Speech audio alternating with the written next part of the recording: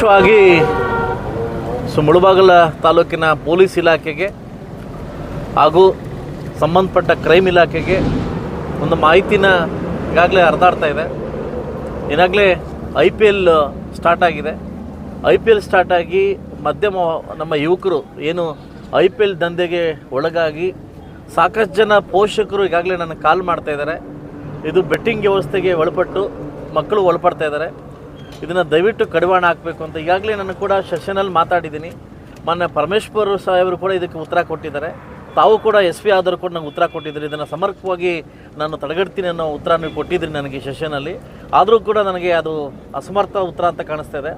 ಆದಷ್ಟು ಬೇಗ ಏನು SP ಅವರು ಹೊಸದಾಗಿ ಬಂದಿದ್ದೀರಿ, ಕೋಲಾರ ಜಿಲ್ಲೆಗೆ ಏನು ಹೊಸದಾಗಿ ಬಂದಿದ್ದೀರಿ, ಆದಷ್ಟು ಬೇಗ ತಾಲೂಕು ವೈಸಲ್ಲಿ ತಾವೊಂದು ಮೀಟಿಂಗ್ ಮಾಡಿ ಇದನ್ನು ವ್ಯವಸ್ಥೆ ಕೂಡಲೇ ಮಾಡದೇ ಇದ್ದರೆ ಖಂಡಿತವಾಗ್ಲೂ ನನ್ನ ಉಗ್ರ ಹೋರಾಟಕ್ಕೆ ಮುಂದಾಗ್ತೀನಿ.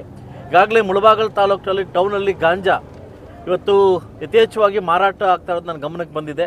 ಈಗಾಗಲೇ ಪೊಲೀಸ್ ಇಲಾಖೆ ಕೂಡ ಮಾಹಿತಿ ಕೊಟ್ಟು ಕೂಡ ನಾವು ಕಂಟ್ರೋಲ್ ಮಾಡ್ತೀವಿ ಅಂತ ಹೇಳಿದಿರಿ.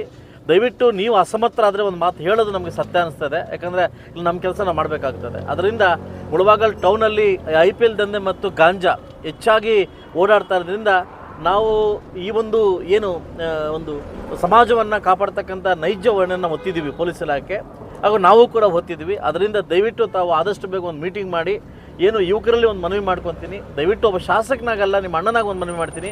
ದಯವಿಟ್ಟು ಇದಕ್ಕೆಲ್ಲ ಒಳಗಾಗಬೇಡಿ. ಇರೋದಕ್ಕಂತೆ ಒಂದು ಲೈಫು, ಇರ್ತಕ್ಕಂಥದ್ದೇ ಒಂದು ಲೈಫು. ಈ ಲೈಫಲ್ಲಿ ತಂದೆ ತಾಯಿ ಇದ್ದಾರೆ, ಪ್ರಪಂಚ ಇದ್ದಾರೆ, ಅಕ್ಕಂಗಿರಿದ್ದಾರೆ, ನಾವೆಲ್ಲ ಇದ್ದೀವಿ. ಬಟ್ ಈ ಲೈಫ್ನ ಕಳ್ಕೊಳ್ಳೋಕೆ ಹೋಗಬೇಡಿ.